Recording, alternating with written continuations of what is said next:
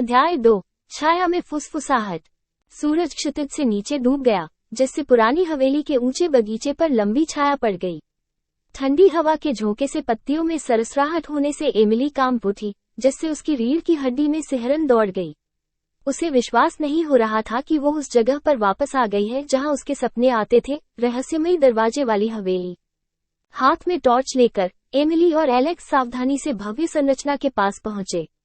उखड़ता हुआ पेंट और टूटी खिड़कियां उन्हें घूरकर देख रही थी, मानो घर ने ही अपने रहस्य छिपा रखे हों।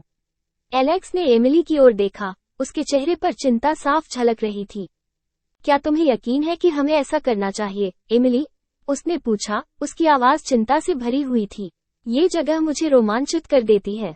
डर और आकर्षण का मिश्रण महसूस करते हुए एमिली एक पल के लिए झिझकी, लेकिन वो इस परेशान करने वाली भावना को जाने नहीं दे सकती थी कि इस घर में ऐसे उत्तर हैं जिनकी उसे सख्त जरूरत थी। मुझे ये पता लगाना होगा कि मैं उस दरवाजे के बारे में क्यों सपने देखती रहती हूँ, उसने जवाब दिया। उसका दृढ़ संकल्प उसके डर पर भारी पड़ा।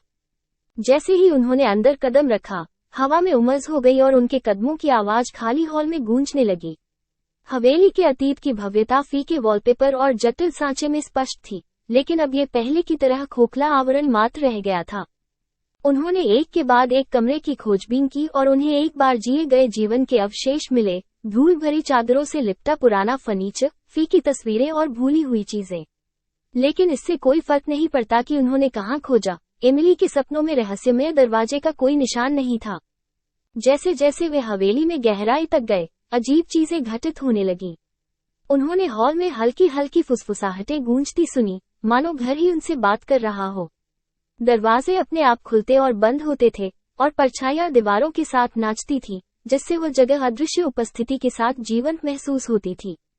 हर गुजरते पल के साथ बेचैनी बढ़ती गई, और एमिली इस एहसास को दूर नहीं कर सकी कि उन पर नजर रखी जा रही है। एलेक्स, क्या तुम्हें ऐसा लगता है? वो फुसफुसाई, उसका दिल उसकी छाती में धड़क रहा था। एलेक्स ने सिर हिलाया, उसकी आंखें आशंका से चौड़ी हो गईं।